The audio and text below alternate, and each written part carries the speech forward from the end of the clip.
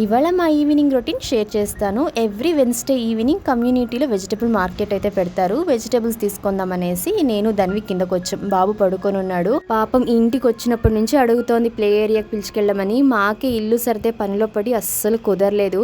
అందుకనేసే కాసేపు తని ప్లే ఏరియాలో ఆడిపించేసి తర్వాత వెజిటబుల్స్ అయితే తీసుకున్నాము. మా ధన్వితో వచ్చానంటే ఇదే ప్రాబ్లం, కనిపించిన ప్రతిదీ కొనాలంటుంది.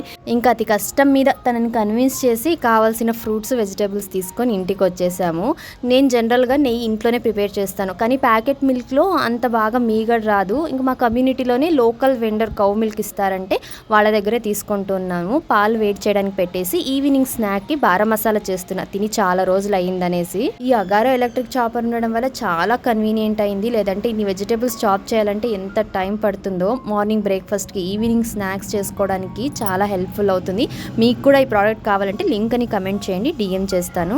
మేమైతే బారా మసాలా అంటాం, కొందరు బొరుగులు మిక్స్చరు, మసాలా బొరుగులు, ఇలా డిఫరెంట్ నేమ్స్తో అయితే పిలుస్తుంటారు కదా. ఇది చేయడానికి ఆనియన్, టొమాటో, క్యారెట్, కుకుంబర్, కొత్తిమీర సన్నగా చాప్ చేసుకొని ఇందులోకి రుచికి సరిపడినంత ఉప్పు, కారం పొడి, కొద్దిగా చాట్ మసాలా, ఒక హాఫ్ లెమన్ వేసి బాగా మిక్స్ చేసుకున్నాక కావాల్సినంత బొరుగులు కూడా వేసి మిక్స్ చేసుకుని ఫైనల్గా గార్లిక్ మిక్స్చర్ వేసుకొని మిక్స్ చేసుకుంటే బారా మసాలా అయితే రెడీ. దీంతో పాటు మసాలా చాయ్ తాగితే చాలా బాగుంటుంది. ఇది ఇవాళ మా evening snacks. See you all in the next vlog. Bye.